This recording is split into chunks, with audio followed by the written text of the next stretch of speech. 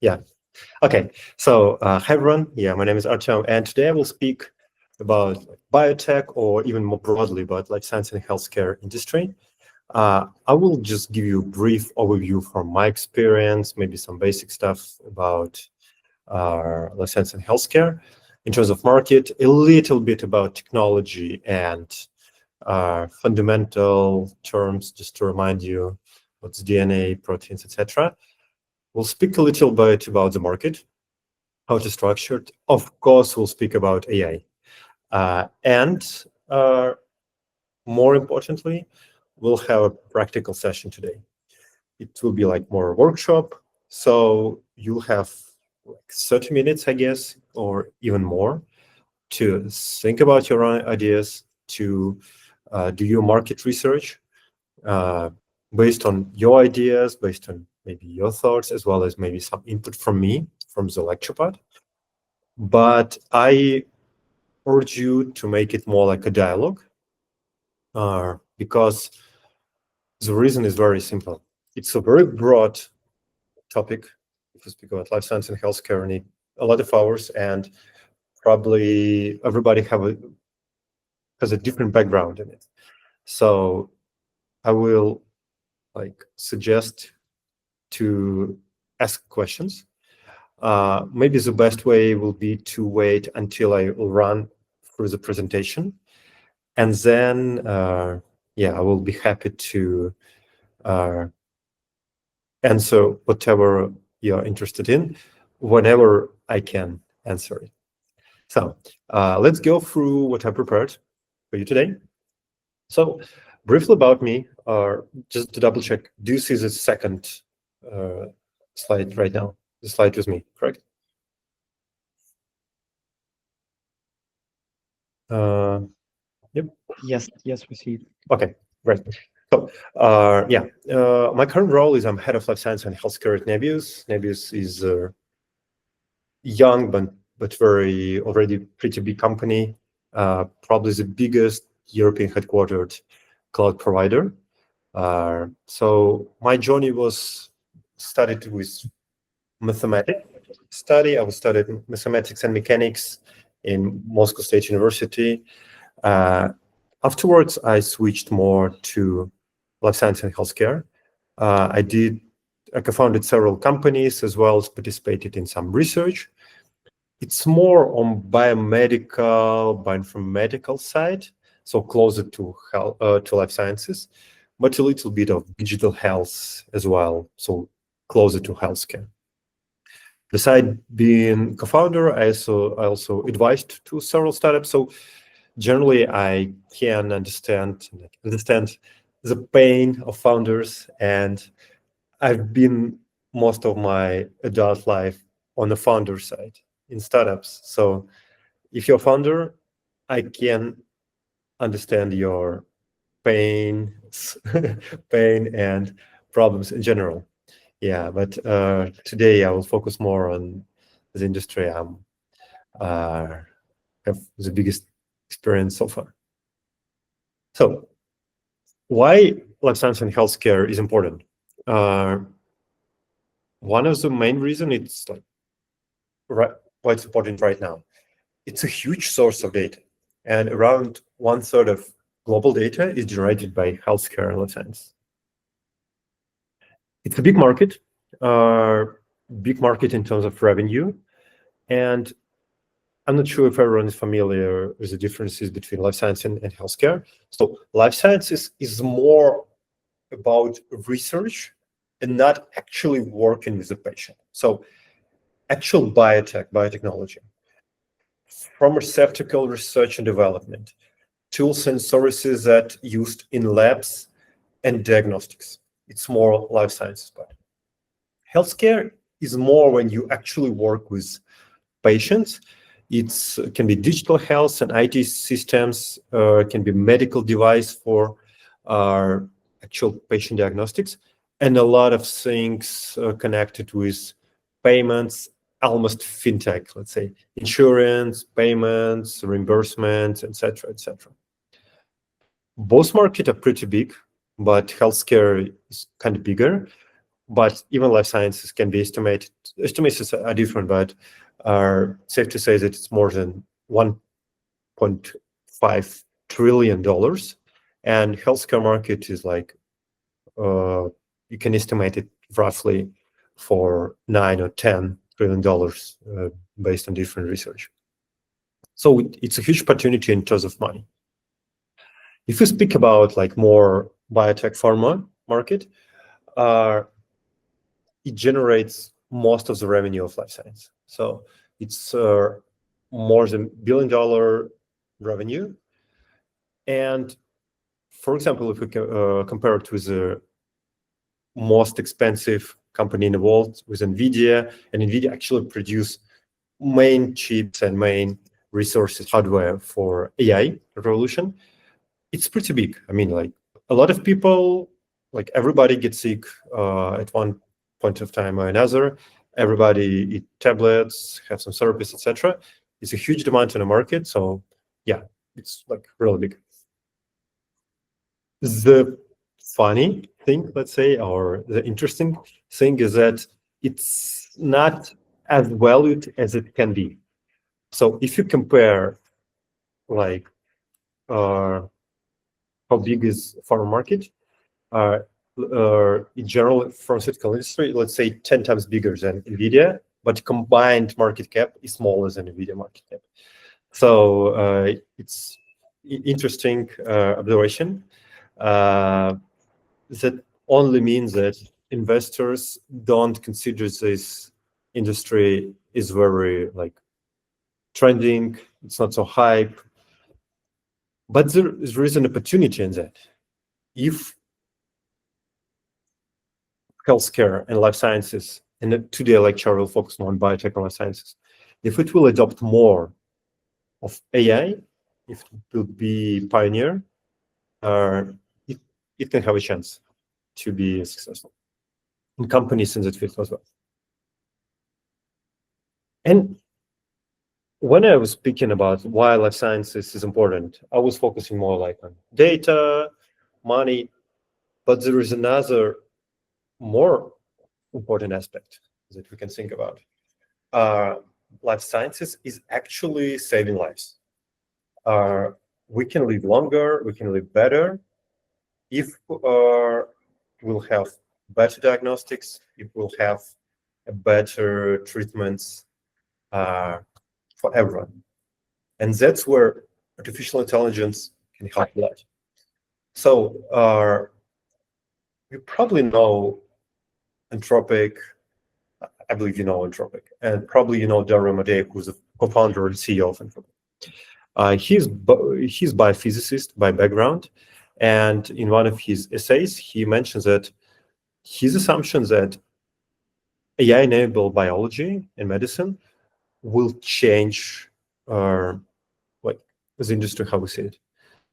He made several predictions. I don't know if they're accurate. Nobody knows about the future, but I really like it, and I hope to believe that it will work this way, that we can eliminate almost all the cancers and infectious disease, and we probably can double the human lifespan. I don't know if we can do it, but it's worth try to do it, because a lot of people, a lot of great minds are focusing right now on implementation of AI for a lot of good things, but some of them are just not as impactful as healthcare in a sense. Give me just 1 second.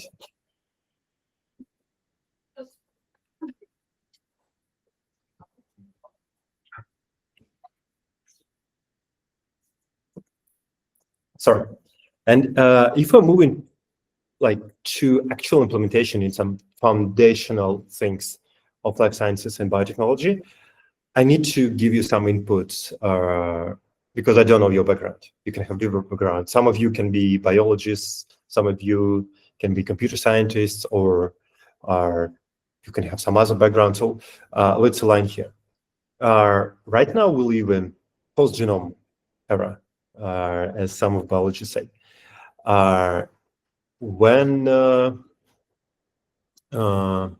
like when I was born, for example, people knew that genome exists and they knew about DNA, but human genome was kind of secret. People didn't know what it was consist of, like what is the actual structure of genome and how it looks like. It was not mapped. So pretty recently, human genome was sequenced. We understood not every, but let's say we understood most of the letters of human genome, what genes do we have, how big they are, what they code, etc. It was just beginning of this century. The projects that contributed to it were called Human Genome Project. One was commercial and one was governmental. And when I speak about genome, I actually people actually can think of long texts. So my genome or genome of any of you today consists of around 3 billion simple molecules that can be called letters. So it's alphabet of A, C, G, T. So like 4 letters that can be in different order, and just like you can imagine it like a cooking book, for example, like recipe book, yes, with the letters of the alphabet of English alphabet, Serbian alphabet, or like the Chinese science, etc. You can code the recipes for different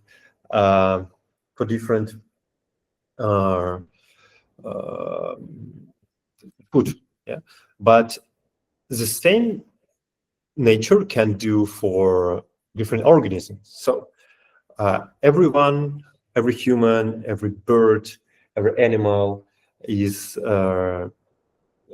coded by its genome with this very simple alphabet. And when genetics meet AI, it's very interesting field. So when you think of, like, we had GPT moment, yes, where when we think about AI, we're thinking about LLMs, large language models. It actually what made us believe that AI exists and that we are getting closer to AGI. And the funny thing is that if you train LLM not only on English but on any other language, you can have these LLMs. But the same applies to other alphabets, for example, to alphabet of life, to ACGT code of genome. For example, one of very good projects that I love is Evo2. It's a model that was trained on a lot of genomes. And when it was trained on a lot of genomes, it can then predict and understand the genomes of different bacteria, viruses, people, etc. So think of it as genomic LLM. Very interesting stuff. If we move further from genome to other molecules, you probably heard of central dogma of molecular biology. Actually, genome and DNA is important because it codes proteins. So there is a rules how DNA goes to RNA, that's another molecule, and RNA goes to protein. DNA, we have it in our cells, we receive it from our parents. RNA is like, let's say, temporary thing that can transport information from DNA to actually create the protein. And proteins are actually molecules that make our bodies function. So proteins are as well polymers as DNA or RNA, but they have like longer alphabet, so it's more letters in it. It's not 4 letters, but it's 20 letters. And they're, in some sense, more difficult. So when you think about DNA, it's always like double helix. You can imagine it, like you saw it everywhere. It's always a typical representation, like it just like double helix. But if we speak about proteins, they can have a very difficult structure. And the thing is that sequence, actual text of protein, define the 3D structure. And 3D structure of protein defined its actual, let's say, value, its function. So you have the text, this text with some difficult laws, some difficult dependencies, it affect how it will, what 3D structure will have. And 3D structure actually affect the function of the protein. So based on like its text, it can become, for example, enzyme that they help you to digest milk, for example, or it can help you to transport oxygen, etc., etc. And one of the very difficult tasks was, in some cases still, is to predict the 3D structure of protein. The problem is that to define this 3D structure of protein, you cannot just look at the text. When you will have these letters, you will not understand what will be the 3D structure. And the best way always was to actually do an experiment in lab using some difficult technologies like X-ray crystallography, for example, or cryo-EM. It's expensive. It costs tens or like sometimes thousand, hundred, like tens or like $100,000, and it took a lot of time. So usually the mathematics is pretty simple. You have one PhD that do one protein structure, and you need also to spend a lot of money on chemicals for the PhD. So it's linear, and it's you can do it, but it's not super effective. One of the things that was very good, like let's say 10 or 15 years ago, is gamification of this. It's the game that was called Folded, when people who didn't have the background in biology or was not PhD students or like doctors, like they wanted to contribute still to research, and here where Folded game was helping. It was like kind of crowdsourcing. You can play some puzzle game and help to understand how the proteins actually fold. And there were several proteins that was folded by gamers who played in Folded. And it was really brilliant idea, and it like contributed to several, maybe to dozens of protein structures. But if we move further, like some of you can understand or like have the background what is common between the different games. So chess is very different from Quake or StarCraft, and it's of course very different from protein folding, but there's something similar in it. So one of the like interesting things that it combined, that AI and particularly Google DeepMind team that did a great AI for Go or for chess, they also was thinking, can they contribute their knowledge and their approach and their like brain power to something really meaningful? And they did it. They made an AlphaFold. It's actual AI that can help to fold any new protein that you can think of. So imagine that they have an access to a lot of protein structures that was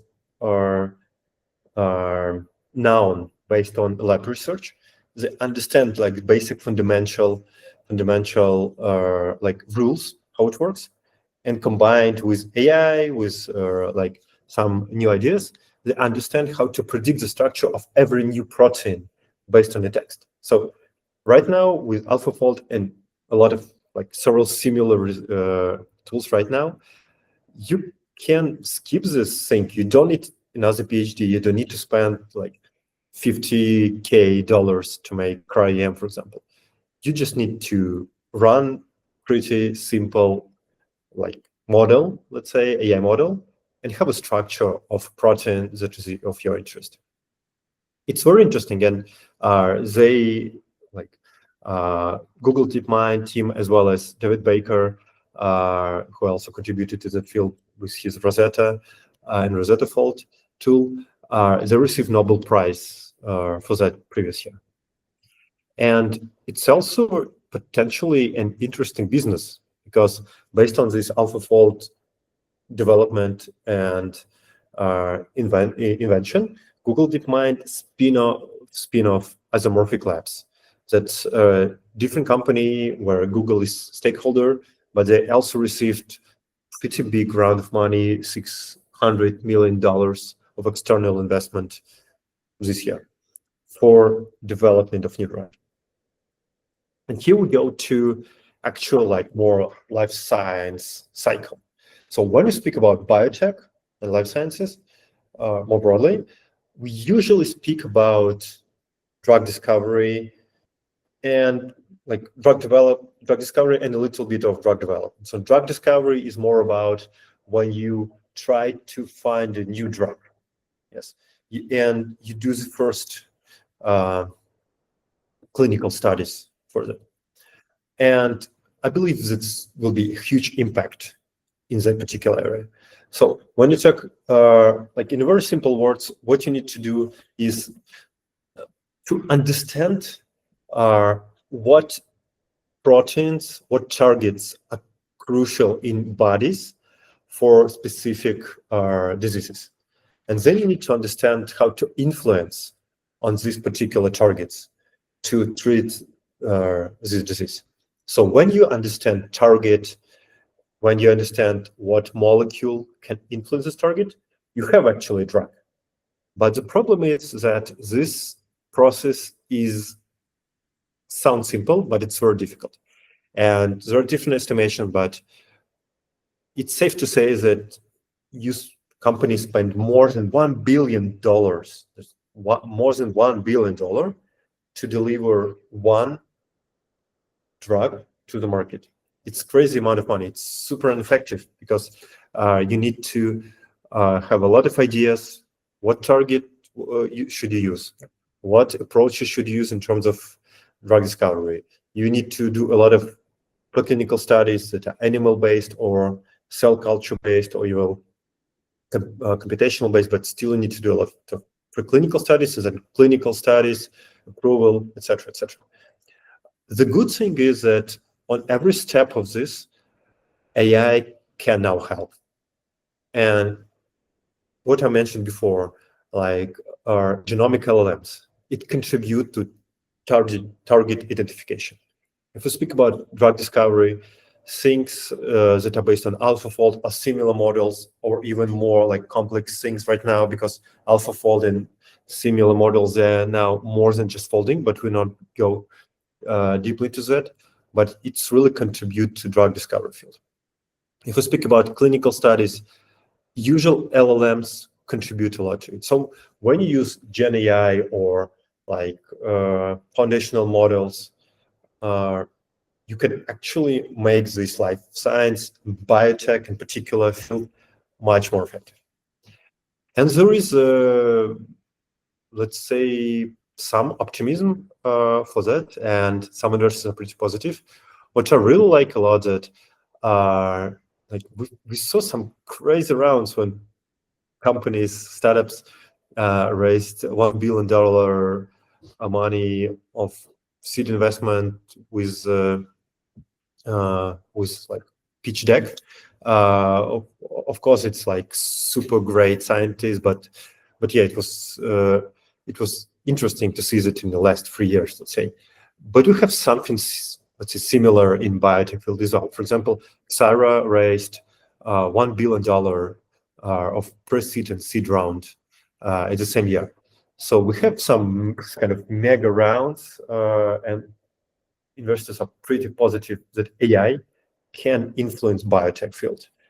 It can make it more effective. You can disrupt this industry, and I believe you can do it. People can do it.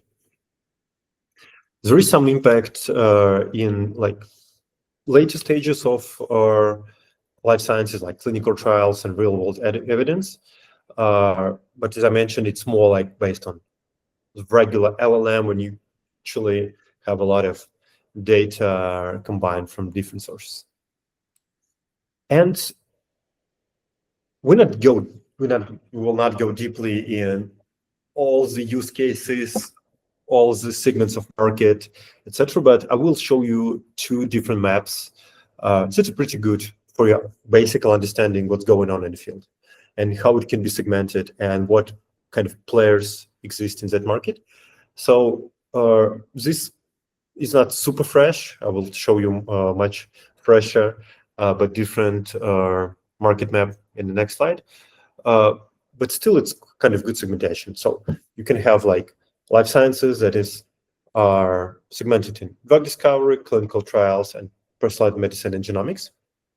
And most of everything else is more like healthcare. So like administrative stuff, like recruiting, care operations, prior authorization, medical coding, revenue cycle operations, contact center, ISU, population health analytics, security compliance, and data. Huge, like very big segment, but pretty far away from BioTech, to be honest. More like patient-facing solutions like care navigations, AI-enabled services, remote patient monitoring, and companion AI, as well as clinician-facing. So some AI that is for doctors. And for example, like I can mention like Path AI, for example, for diagnostics, very interesting company, as well as surgical robotics. It's more like intersection of physical AI and medical AI. And like I believe one of the biggest sectors is like simple note taking, and companies like Abridge, for example, and Hippocratic AI are very active in that field.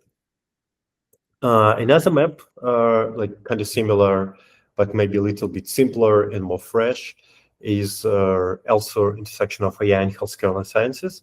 So in healthcare, you can see like AI model developers, companies like Hippocratic, companies that actually apply to clinical documentation solution like Abridge, for example, Ambience, are companies that are more about supply chain management and revenue cycle management, companies that help you to generate some data, call center solutions, more generic, let's say, but still you can tailor the solution to healthcare.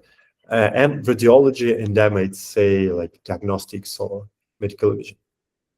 If we speak about life sciences, almost the same as previous slide, but for drug discovery, I might say that there is segmentation here. So you can do either small molecules or biologics. Biologics is drugs that are based on biological molecules. So it's not a tablet, but it's more like, let's say, more difficult treatments, not the type of treatments that you can buy in regular pharmacy. And there are also companies that find the niche building the platforms that can enable drug discovery for other players. And yeah, some more interesting supporting stuff. For example, digital twins for pretty interesting. Maybe will grow further. And in my current work, what I really like is that I work with a lot of companies, and some of these companies actually on the forefront. I cannot tell about all of our clients, but it's safe to say that Genesis Therapeutics, for example, is one of the clients of Nebius, and Converge Bio is one of them, and few others as well, but I don't think I can publicly mention them. But if we speak about public cases that I've like been involved in like recent year, I can mention one of the very good case that I really love, and I love to promote it because it's really great. It's not commercial at the moment, but it was made by Professor Kong lab at Stanford Medicine. It's called CRISPR-GPT. CRISPR is biological Nobel-winning prize method for gene editing, and it's one of the things that actually make a revolution in medicine for like recent decade. So the cool thing about CRISPR that it allows to make new gene editing tools pretty effectively, and you can use them for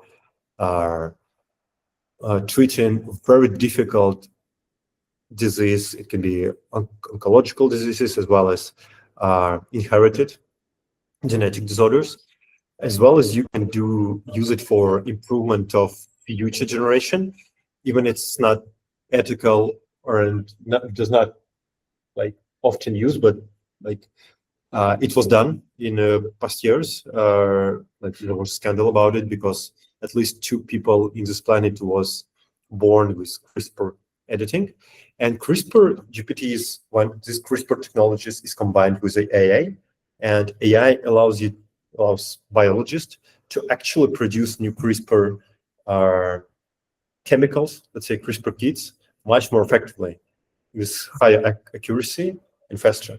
And I really like this case because it combines like physical world and actual like biological lab things with AI. And this team, they go even further together with NVIDIA. They integrated it into smart glasses. So it's now extended reality when like bench scientist in a lab can do experiments with, let's say, biological copilot, kind of course robot for life sciences, for biotech guys. And you don't only work with chat, but you actually can have extended reality in your smart glasses. So it's really fascinating, and I hope it will be our not so distant future of how it will work. And like we had a kind of overview of what's going on in life sciences and biotech. A little bit of motivation. Yeah, I compared like NVIDIA and pharmaceutical industry before, but it's not a competition. AI, as I mentioned, and NVIDIA particularly contribute a lot to how this industry can adapt, like can evolve and can grow faster. And like I really believe that digital biology is the future, but it's easier to call a more reputable person to say the same for me. So founder and CEO of NVIDIA tells that digital biology is the next big thing. And I really agree with Jensen Huang.